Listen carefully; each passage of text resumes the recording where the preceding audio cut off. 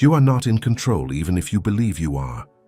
You wake up, breathe, make decisions, but deep down, something guides you, something silent, invisible, and powerful. It's not the algorithm, it's not technology, it's desire.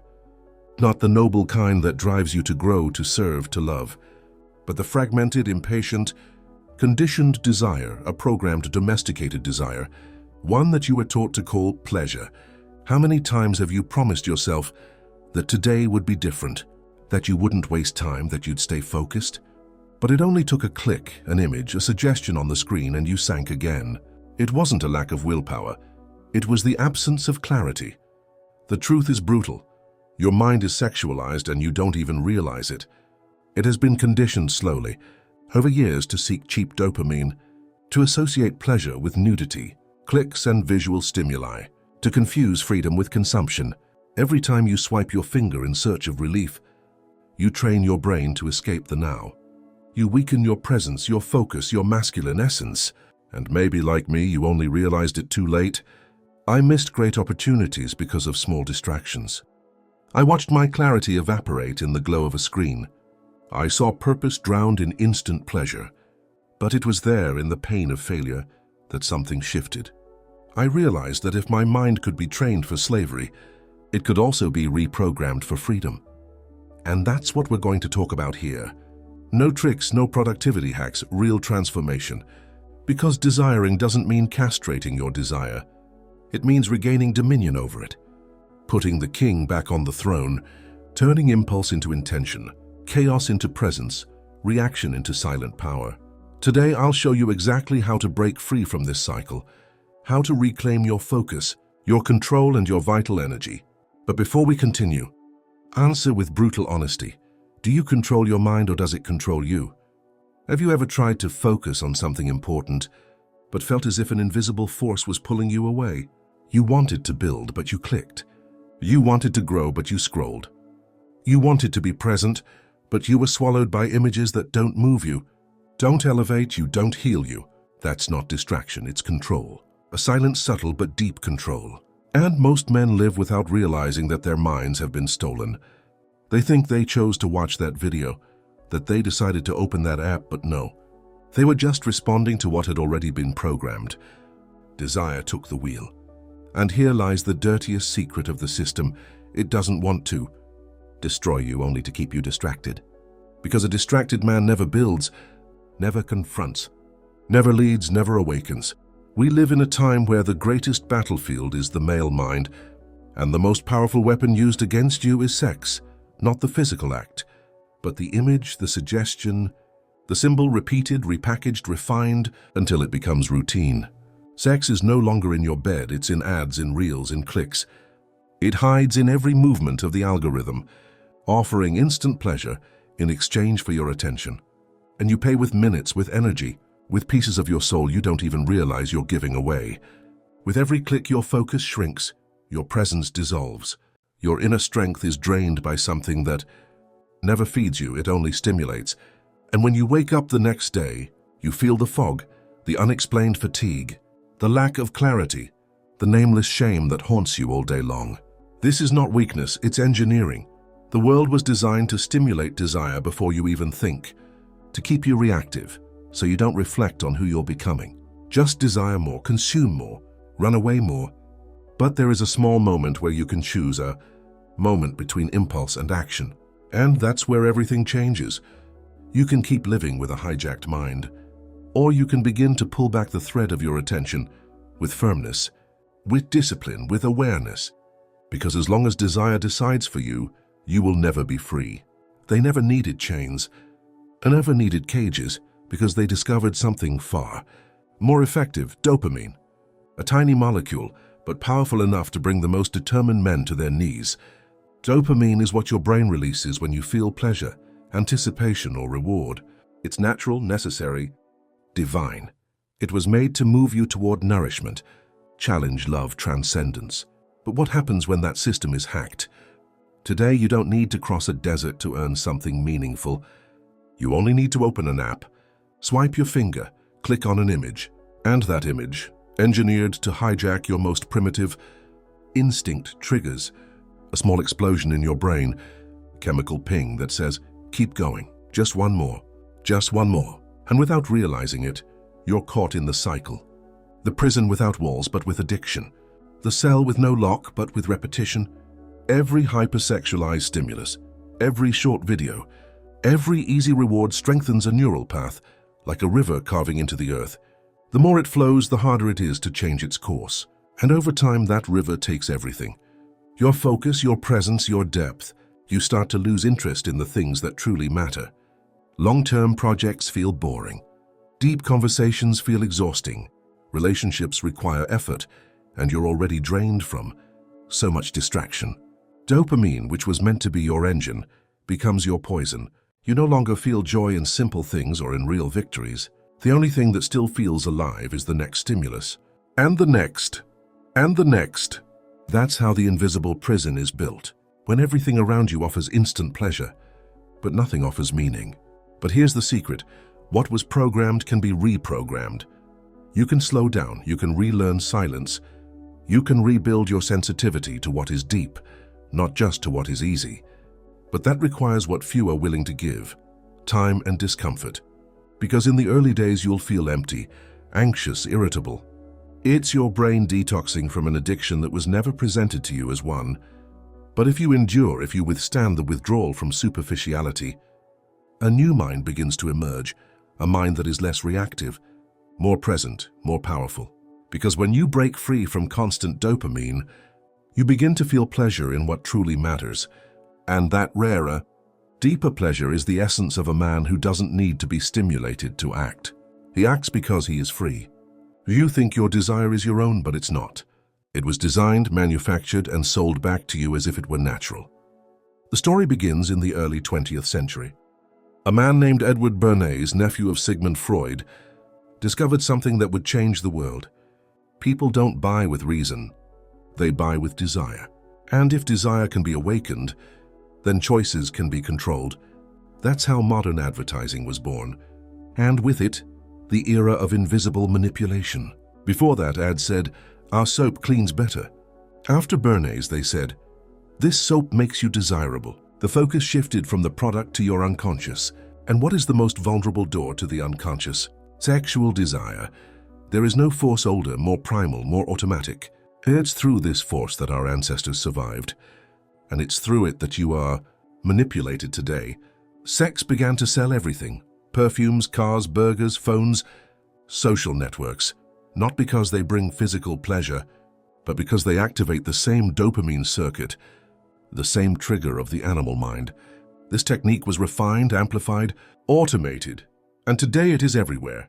An ad that seems harmless, a video that appears by chance, a suggested image you didn't ask for.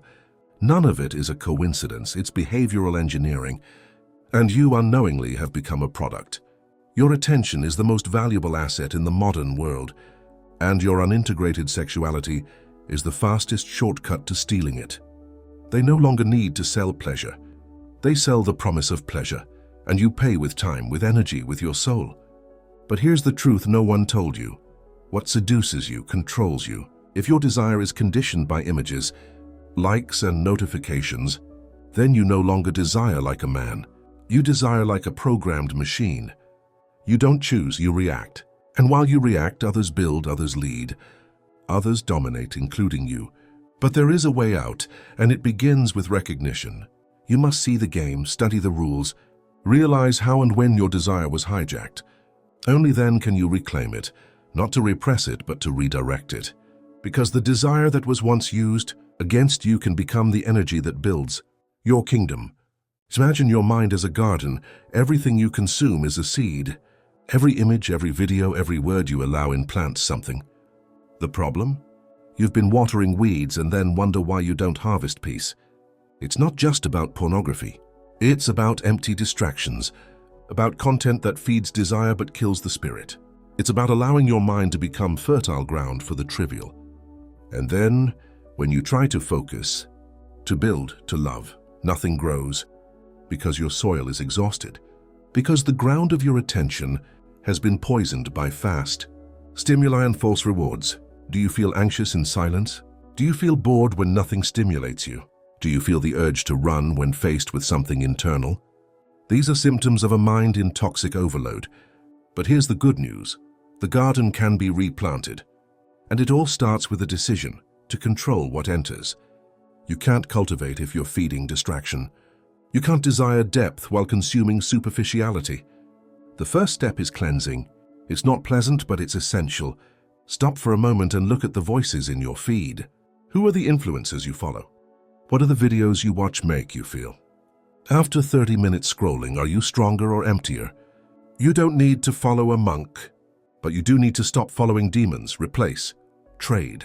What feeds your ego for what awakens your soul. Trade noise for wisdom. Trade artificial sensuality for inner power. At first it will feel strange. You'll miss the stimulation. You'll feel withdrawal from distraction. But that absence is sacred, because where noise once lived, space will appear. And in that space, focus begins to grow.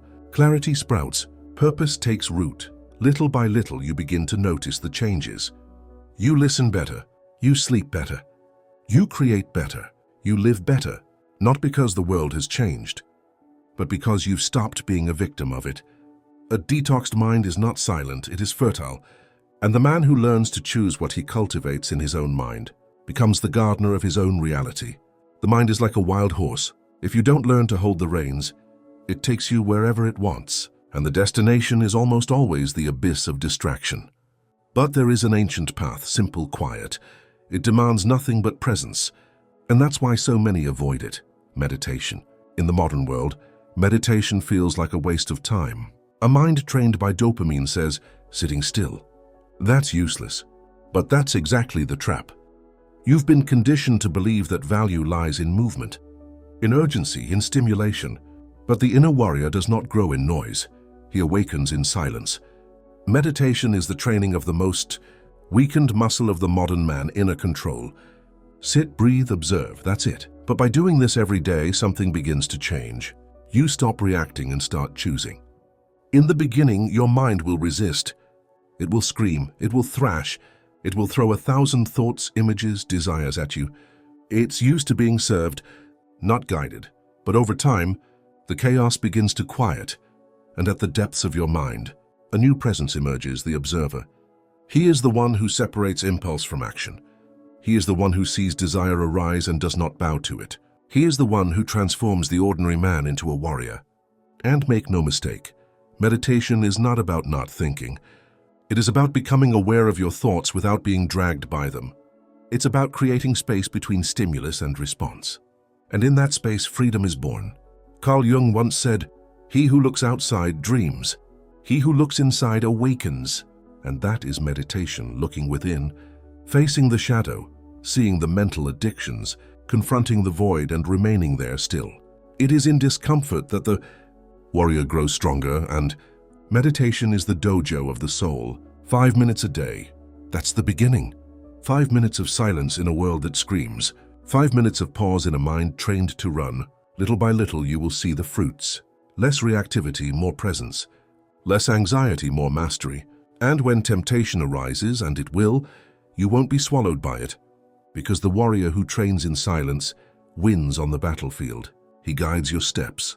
You wake up, get up, work, consume, but where are you going? And more importantly, why? Most men live like drifting boats, sailing without a map, pushed by other people's winds. And what drives them most of the time is not purpose, it's escape. Escape from pain, escape from silence, escape from themselves. The system knows this. That's why it offers distractions, false goals, likes instead of meaning, dopamine instead of direction. And while you chase after quick rewards, your inner compass rusts. But there comes a moment when all of this collapses. The stimulus no longer satisfies. The distraction no longer soothes. And the man begins to hear a whisper, "What am I doing here?" That is the beginning. It's uncomfortable. It's terrifying. But it's sacred. Because a man without purpose is vulnerable. But a man who finds his why becomes unshakable.